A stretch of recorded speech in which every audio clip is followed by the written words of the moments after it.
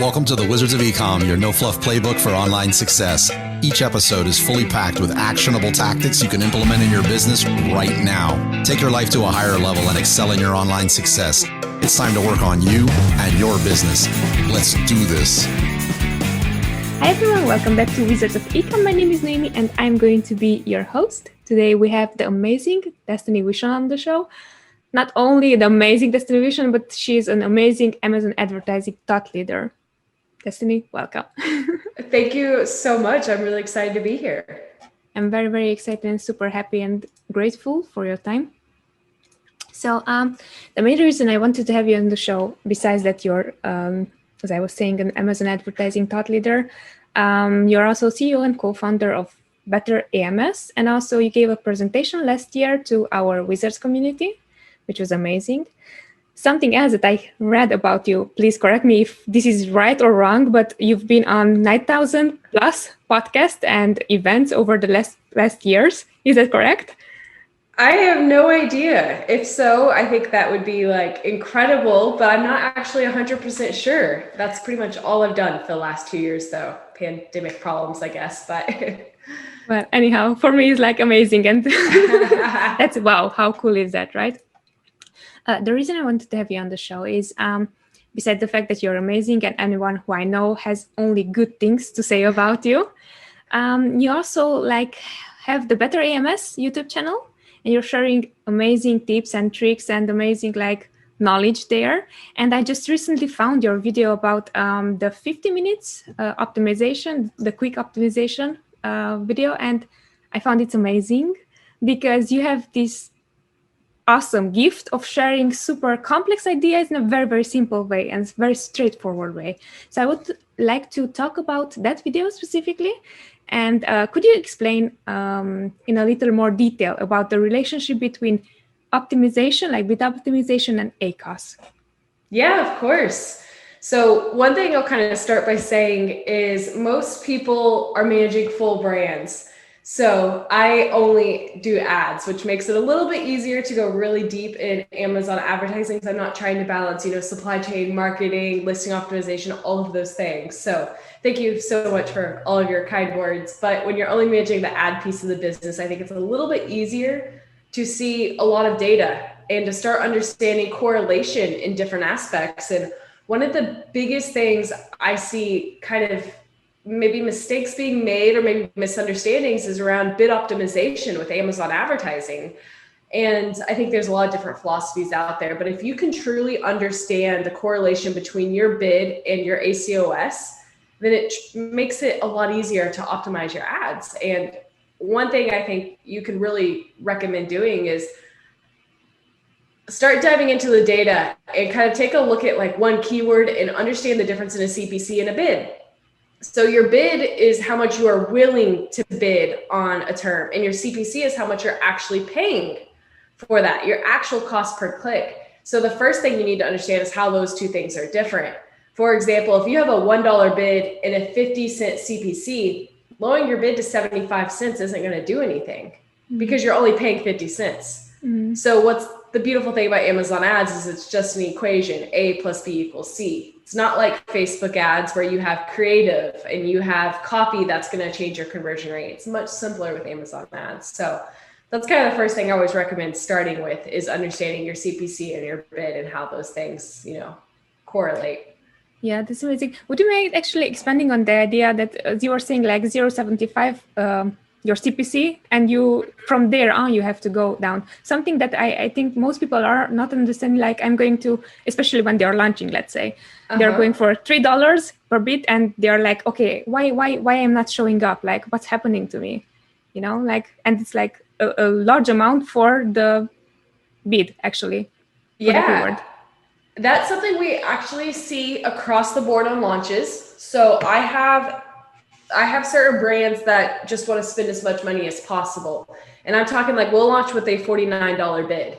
Mm-hmm. And I see even with those brands, it typically takes, 48 hours to really start collecting data because Amazon is all about the customer experience. So what they're going to do is they're going to dip their toes into showing your ad. They're going to show it here and there, but they're not going to give you a ton of impressions because they want to make sure customers are clicking on your ad. They want to make sure it's incredibly relevant, because if it's not relevant, Amazon doesn't want a customer to see it. They don't want a customer to type in, purple pin and then see a calculator, because that makes it for a really bad experience. So what we usually see is, it takes some time to really start getting those impressions. But all in all, if you're not getting any impressions, it's either you have an incredibly irrelevant keyword, or if your keyword is relevant, it's typically because you're not bidding high enough. It's really not that much goes into it. Some people talk about the relevancy score and things like that, but the easiest way to test that is increase your bid. If you aren't getting impressions at a $49 bid within 2 hours, then it's probably due to relevancy. So that's kind of the first test I recommend if we're not getting enough impressions.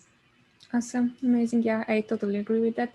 By the way, you were also mentioning of like raising your bid. Now, a total opposite to that in the video actually that we are going to talk about like in more detail, there you mentioned something super important, like to decrease a bid. And I think in order to find your ACoS, the target ACoS, correct? And I think something that's commonly mistaken is like people are talking about the percentage. You should go up or down in order to receive or to not lose those impressions that you were just talking about. What are your thoughts on that? If I have a brand that is focused on scaling and maybe not being as profitable as possible, I will decrease slowly in order to find that sweet spot. Because one thing that could happen is if I go from a $3 bid to a 13-cent bid, I'm probably going to drop all impressions. Because what happens is when you bid $3, you're more than likely showing up on page 1 or close to top of search. And then if you lower your bid to 10 cents, 13 cents, you're going to start showing up on page 3 or page 4 or in the product detail page carousel. Your placements aren't going to be as good because you're not bidding as high. And what happens when you change complete placements is your conversion rate may change a ton. So when you go from $3 to 10 cents and your conversion rate completely changes, that's like a whole new set of data you need to look at. So we usually recommend kind of slowly going down to find that sweet spot if you're focused on scalability. But if you're focused on profitability and all you need is to be really profitable, low ACoS, then I usually recommend doing the math to figure out what your bid needs to be. So just like you kind of mentioned, you can see, hey, let's lower my bid to 10 cents because I know I'm profitable then. Yeah, definitely. At what stage of a brand or of a product would you recommend? Because you were mentioning the two, like if you're focusing on scalability versus profitability, when should come which one? So I am probably a little bit biased because I only manage Amazon ads, but I recommend typically trying to run at close to break even. So if you have a 30% margin, trying to run at 30% ACoS in general. Now, if you're launching, you're going to want to run at a higher ACoS because you're going to want to drive as much traffic as possible for your top keywords. If you're running, any type of deal, things like that, your strategy may change as well. But we usually recommend running at a break even because of the long-term benefits. The more traffic you drive through ads, typically the better, you're going to drive more orders, more conversions. And then the more conversions and sales you have, the better your reviews. The better your reviews, the higher your conversion rate. So it is the Amazon flywheel. Now, if you're having issues with cash flow, you probably shouldn't spend all your money on ads if you need to, purchase new inventory. So in those situations, I would definitely focus more on profitability. Definitely. Awesome. That's awesome feedback. Thank you so much. Makes sense because most people are like, no, you have to focus on this on that. And they are not really explaining you why or which one is the best one to whatever you want to achieve right now, And I think it's so important to understand that part because, maybe as you are saying, you're low on cash flow. So you should focus on the other part on, okay, let's see how to keep this lean as possible, So definitely. There's so many different variables that people don't talk about. Like if you're running a search find buy, then you probably don't want to push ads as aggressively because you're paying twice for those people. And I think that's something that's really valuable to talk about is how different every situation can be. Yeah, definitely. Okay, so I have a lot of questions, lots of questions. And you're so like, Carlos is saying usually that I'm like straightforward and just going into the topic. But with some people, it's just like, wow, you're like amazing. And you're replying. So it's working, I think, with some people. So thank you so much for that. I love it. Okay, getting back to the video you were saying, you were talking about primary metrics versus secondary metrics. You're also about talking about the influence of placements, impressions, CPC, and CTR. And we talked about the CPC and the bid correlation, something that we didn't talk about, the actual formula. So how do you found this formula, and would you mind sharing the formula for anyone who doesn't know? Of course. Do you mind if I hop into a share screen? Would Not that at all. be Not easy? at all. That would be amazing. Let me see if I can actually. There you go. Can you try now sharing the screen? All right. This works? Yeah. Awesome. Amazing. Perfect. So yeah, this is the formula I talk about in the presentation. There's a few different formulas you can actually use, but when I was starting out managing bids, this formula really helped me understand the correlation in my data. So one thing I always recommend is if you have keywords that have a lot of data, then you can make database optimizations. So here's kind of an example of maybe this is a keyword. Let's say this is a keyword blue pin, and our CPC is $1.50 and we have 50 clicks. So that means if we're paying $1.50 a click and we have 50 clicks, our spend would be $75. And let's say our sales is 97 cents. That means our ACoS is 77%. That's not where we want to be. Let's say maybe we want to get to a 30% ACoS. What I can do is I can take my current sales times a 30% ACoS, and what that's going to tell me is how much I should have spent. So if I wanted to get to that 30%, I should have spent, let's see, $29. So then I'm going to take sales times target ACoS divided by my clicks that I already have. So 50 clicks, we already have that, which is basically telling us what our conversion rate is. And that's going to tell them our maximum bid. So if I would have bid 58 cents based off this original data, I would have had a 30% ACoS. So since we're only converting this well, that means I probably need to lower my bid in order to have a more profitable ACoS. And again, bid management is one of the most important things you can do. I know there's a lot of strategy out there around negating keywords and moving keywords around, but at the end of the day, if you have the appropriate bid, you can typically be profitable no matter what your conversion rate is. I always give the example, I was in the keto category once and I was managing, keto products, and I bid on whole foods, not that relevant whatsoever. And I had 100 clicks in one order. So 1% conversion rate, but my bid was 10 cents. So I only spent $10. My product was $30, which meant I had a profitable ACoS. I had a 30%, 33% ACoS, and that's what my target was. So even though my conversion rate was absolutely terrible, 1% conversion rate, because I had the appropriate bid based off my data, I was still able to be profitable. So when I see people that are like, why is my ACoS so bad? I'm like, well, what's your bid? And that's why it's so important, because when you're managing ads, we don't have control over the conversion rate for sponsored products. Your listing is what's in control of the conversion rate. If you're not converting on your top keywords, you need to change your listing, or you can, take a look at your bid optimization to at least see how you can be profitable with that poor conversion. That's awesome. So for everyone who's just listening to the podcast, I highly recommend to chime in on the video format as well, because Destaney is showing all the tips and tricks. So this is amazing. And I like that, as you are saying, like, okay, you have a target ACoS, you just, it's very simple to get there. Here it's like a very, I would say, drastic from $1.50 to 58 cents, like a decrease, let's say it. Like in this case, how would it affect like your impressions? How would people still find you, or where would they find you in this case? It really depends on how competitive the category is, because that's a great call. If you lower your bid this much, your conversion rate may change. So it may change the outcome of your equation. Again, if I'm focusing on profitability, this is exactly what I would do. And again, for those listening to the podcast, it's sales times target ACoS divided by clicks. But if I'm focusing on profitability, this is going to be fine, because even though I get lower impressions, that just means I'm going to be spending less, right? So it's not really going to hurt anything. If I'm focusing on scaling and driving more sales, I may lower it to somewhere in the middle ground. I may put, like a 98-cent bid.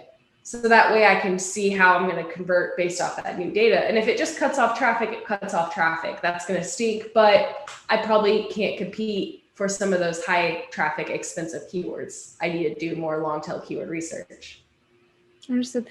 For example, in this case, in what scenario would it make sense? Because at some point you're also talking in your video about like high ACoS keywords, but still they would be like the lifetime customer or something like that, lifetime value customer. And it makes more sense for you to have a high ACoS versus a low ACoS that is just bringing nothing. Would you explain that portion as well, please?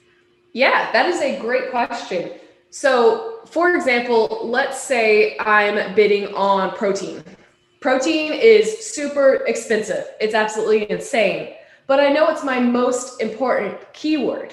And I know that people who are searching protein aren't brand loyal, or else they would have typed in the brand name they look for. And I can also assume if they're searching for protein and then if they click on me and they absolutely love my product, they may come back.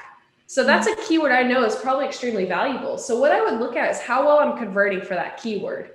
And if I'm converting, at 20%, 30%, I may want to continue being really, really aggressive with that keyword, even though I'm losing money. It may be at 80% ACoS, but if it's my most valuable keyword and I'm converting really well, I know that it's still going to improve my organic rank. And then to make up for that, I'm going to bid on, vegan protein for women or vegan protein chocolate, all of these longer tail keywords that are a little bit cheaper. And I can focus on those and be more profitable for those. So I'll put those in a whole separate campaign. And I'll know this is a ranking campaign for my most expensive, most competitive keywords. And I'm willing to take a loss on it, maybe 100% ACoS. And then all my other keywords, I'm going to focus on profitability. So that way, hopefully the two balance out when I look at my account as a whole.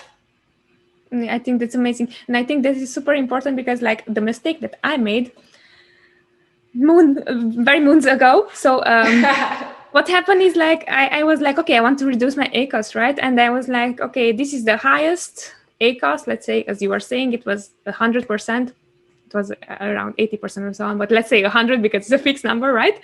And what I did, I tried to lower, and I noticed that also I'm losing a lot of sales. And I didn't realize that was super important for me because that was actually that keyword brought the most sales, and I was like, oh my God, what have I done? Now I realize, but back then it was like, no, it's a high ACoS, it should be lowered, so this is why I was like super, super important. This is like a must know because most people don't know. And they're like, okay, it's a high ACoS.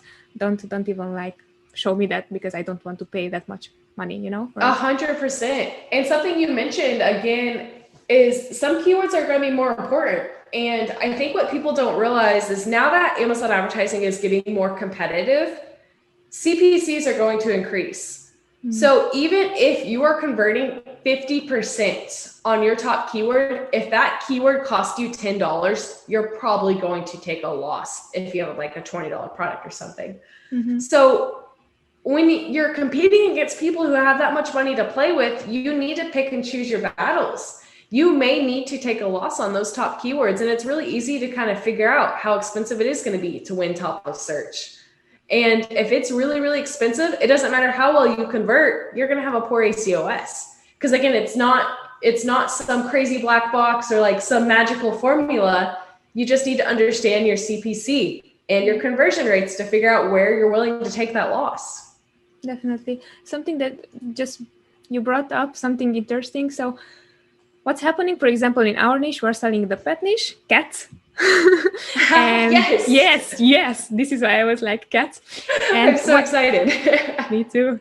What I noticed now, it's like Fallyway, the brand, it's like heavily targeting our keywords and it went very, very expensive now. And it's, what would you recommend in that case? Because those keywords work really well for us. And now it's like, where should we look for to find other type of keywords that are going to be not as expensive as the ones that actually brought a lot of sales? This is a hard one. And there's almost, nothing you can do when those competitors start playing for those top keywords.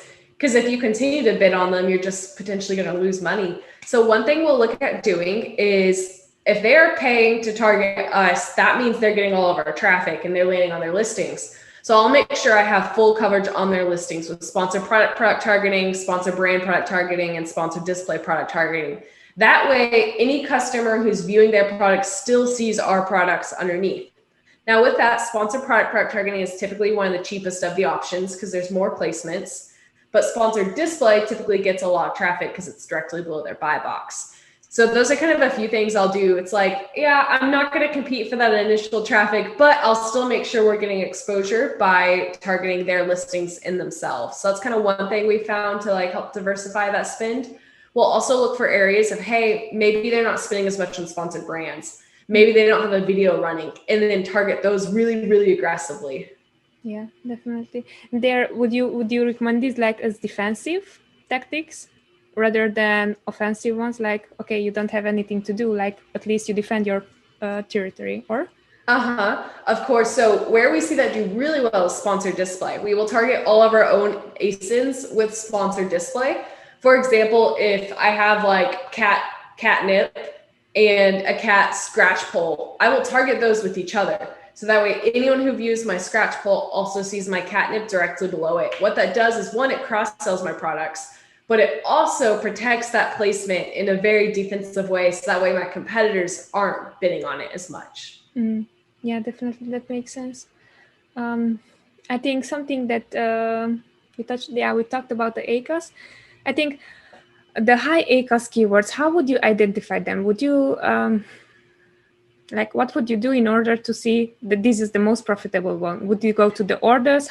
Which one brings more orders, or what's the strategy there behind?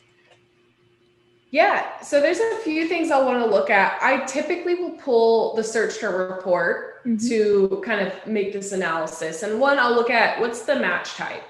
If it's exact match, that means I have direct control over the keyword in that search term I'm showing for. So if I bid on cat toys, an exact match, I'm only showing for cat toys. So if I'm not converting well on that, then I just need to lower my bid. You know, unless it's an extremely, extremely valuable keyword, then I may be willing to still continue to spend on it. If I look at those keywords and see that it's a broad match, then what I could do is I could lower my bid on this broad match and then move anything successful in the search terms to phrase and exact as well. So that's kind of something to really keep in mind. Broad typically drives 3 times the amount of sales as exact match, but it's typically at 5 to 6% higher ACoS. So we want to make sure we're constantly, doing the data collection, pulling the search term report, and looking for those new keywords that we're getting from broad. So that's kind of one thing I typically look at. And then another thing is just knowing how important it is for your ranking. If you're tracking, your BSR and looking at all of your organic ranking for keywords, then you can kind of make decisions on the ad side of, hey, my organic ranking's dropped here. Let's continue to spend more on this exact match keyword and ads, even though I'm losing money. Yeah, makes sense, totally. I think, do you have any other tips or tricks similar to the ones that you showed in the video, or something that it's saving time, basically? One big thing I can recommend is just making sure you're diving into your search term report pretty frequently.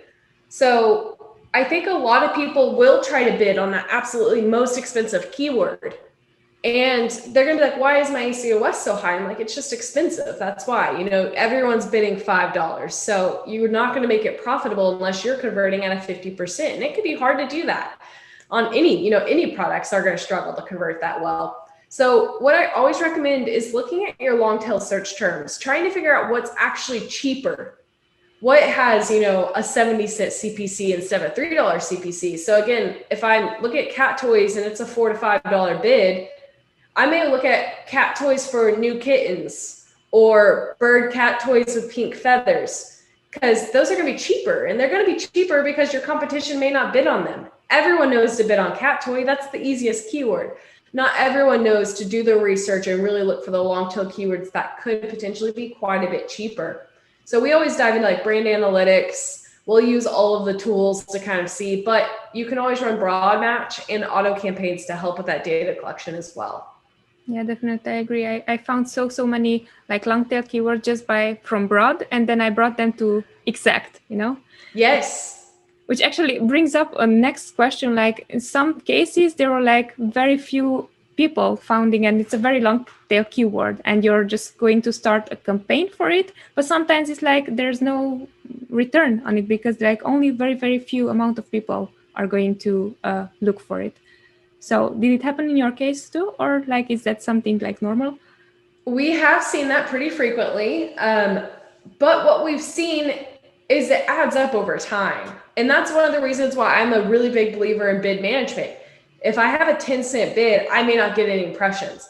But if I do get an impression, it's going to be really cheap and it may drive a sale. So what we typically look at is, you have that big keyword that's driving a ton of sales, but then you may have 100 small keywords with really low bids that are going to all drive 1 to 2 sales a month. But those 1 to 2 sales a month across 100 keywords can really add up. So that's why we still continue to do a ton of, deep dives and long tails. We go ahead and do really strict bid optimization, because even though it's a little bit, that little bit can add up over time. And it's a lot cooler to, win a 13-cent bid on like a long tail keyword than trying to compete for the big ones that are just crazy expensive. Yeah, definitely, I agree. And I also think a strategy or trick that I found, I thought that I discovered it. No. It's like I found these like long tail keywords, and afterwards I had them all on with sponsored brand video ads, and it worked amazingly because I was the only one showing up for them as well. But apparently there too, like I wasn't the only one figuring this out. So, when competition comes on, then you have to refigure everything and just to find out new things, I guess. So yeah. I love that. Video in itself is super cool. I actually think I talked about this maybe in my original presentation, but there are kind of two things I love about video. One, people have to create a video to run this ad. So it gives you a really strong competitive advantage because a lot of people don't want to create videos, and a lot of the really big companies don't have the budget to create a professional video for every ASIN. Mm-hmm. So I've spoken with some of the largest vendors, and I spoke to them like a year and a half ago when video first came out. And I was like, hey, you guys need to jump on this. And they told me it's too expensive to have a professional commercial shot with shopper marketing in our legal department to create a video. And I was like, oh man, that's crazy. And it's because right now videos are for one ASIN. Mm-hmm. So when you have 500 ASINs, that gets really expensive really fast. But what it means is all of us small people that are more flexible have an opportunity to get videos up and going really, really quickly. And then number two, videos are a PPC model, which means we're only paying when someone clicks on them. Mm-hmm. Most videos on Facebook or Instagram or things like that are a CPM model, cost per impression or 1,000 impressions, which means we get charged anytime someone views our commercial, which isn't as ideal. So what's really cool about that, if someone's scrolling Amazon and they see my video and they actually click on it, that means they watched my video. That means they have really high purchase intent. So you can target really broadly, like you mentioned. And I know if someone took the time to watch my video and click on it, they're probably pretty interested. So I love video because of that.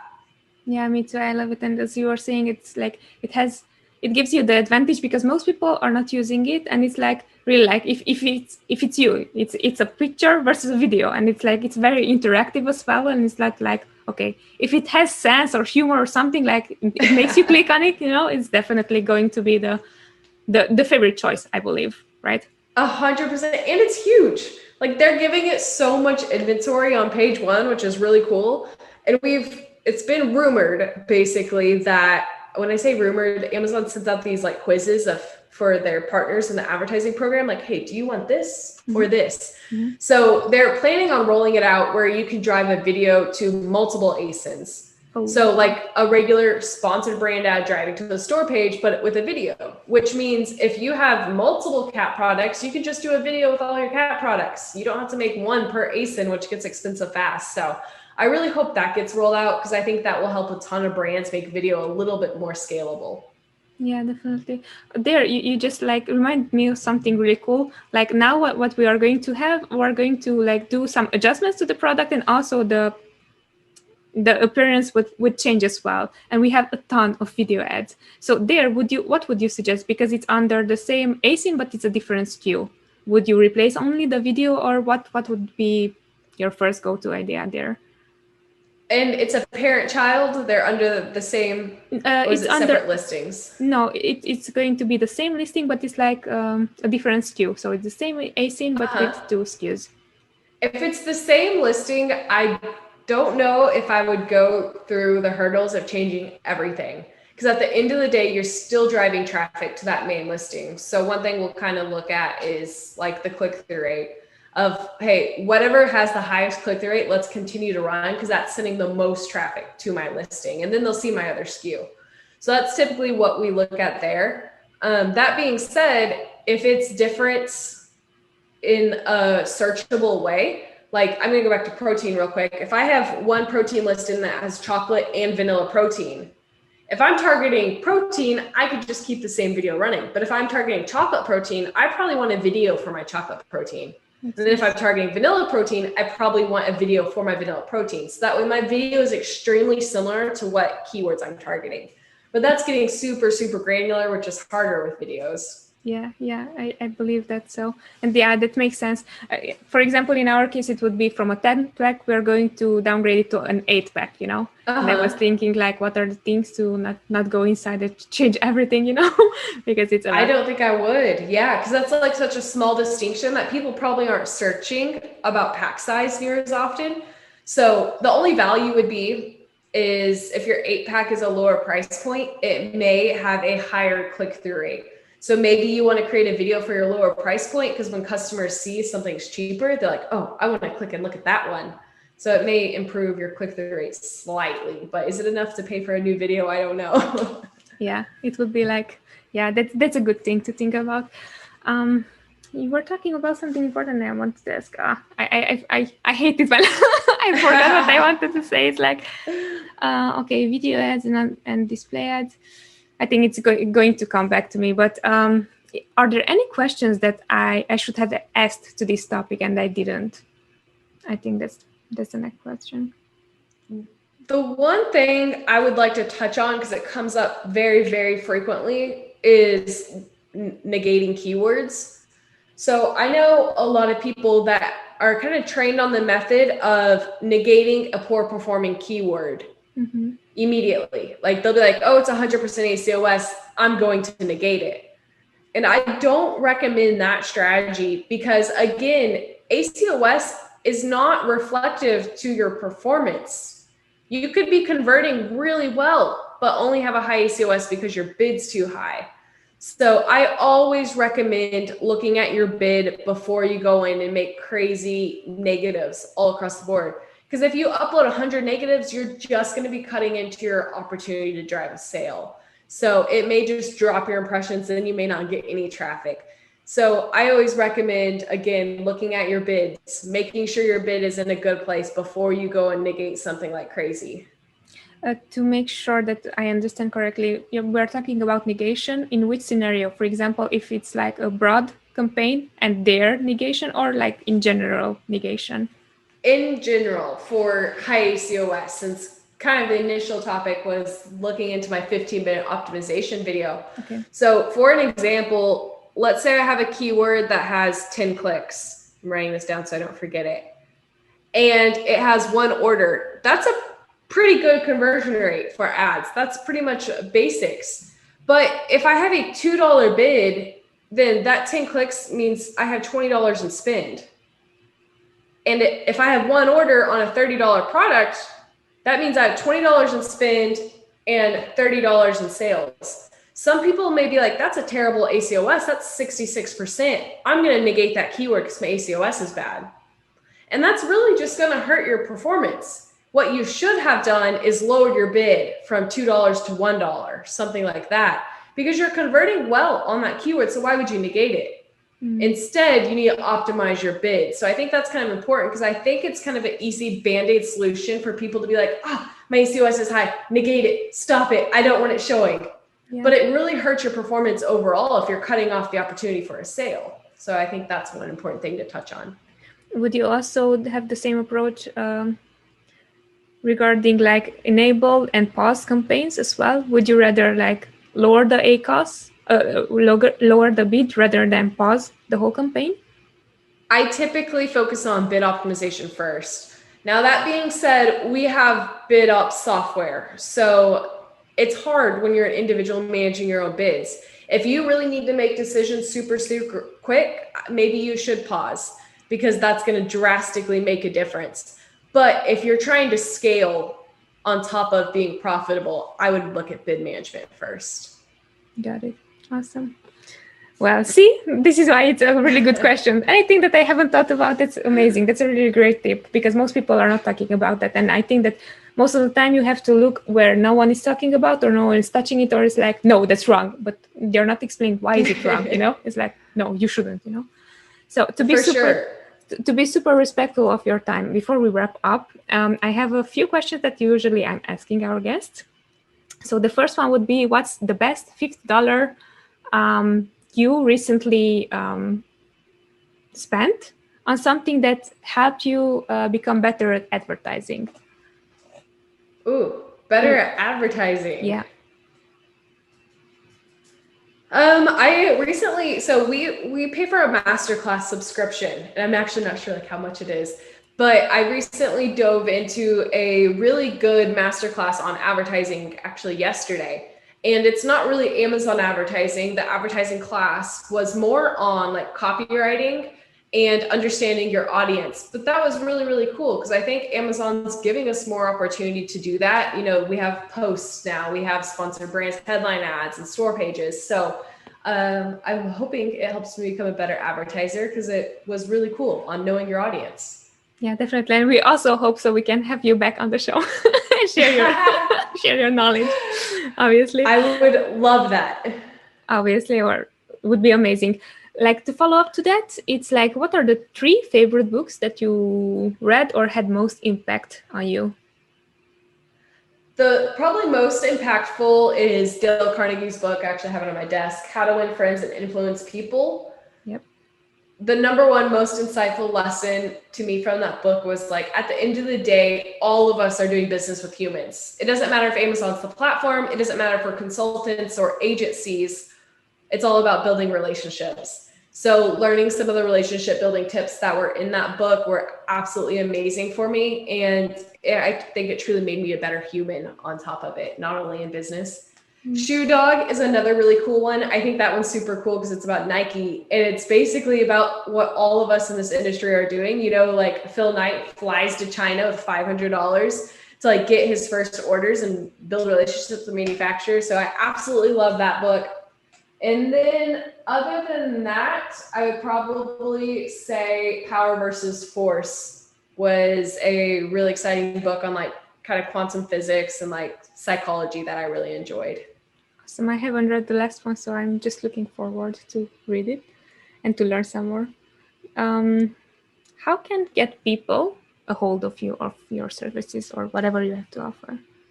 Yeah, so feel free to check me out on LinkedIn. That's probably where I'm most active. I try to post content on all the new and exciting updates and quick tips on Amazon advertising. If you're interested in our service, betterams.com. And if you're interested in watching the YouTube video that we discussed here, check us out on Better AMS YouTube. And then if anyone has any questions, I know this is kind of a really in-depth topic. So if I confused anyone or wasn't clear, always feel free to send me a message and I'll try to shoot a very customized video over helping answer anyone's questions. I love that you said that actually you're confusing. I think that you are one of the people who are the most clear, making super complex subjects very, very easily. So I definitely think that they wouldn't say that you're confusing people. So that's the reason why I had you on the show. Well, thank you so much. Thank you so much for being on the podcast. And it was a pleasure having you on the show. And to our Wizardry community, don't forget to chime in next week on Wednesday because I'll be back. Thank you and much love. Bye.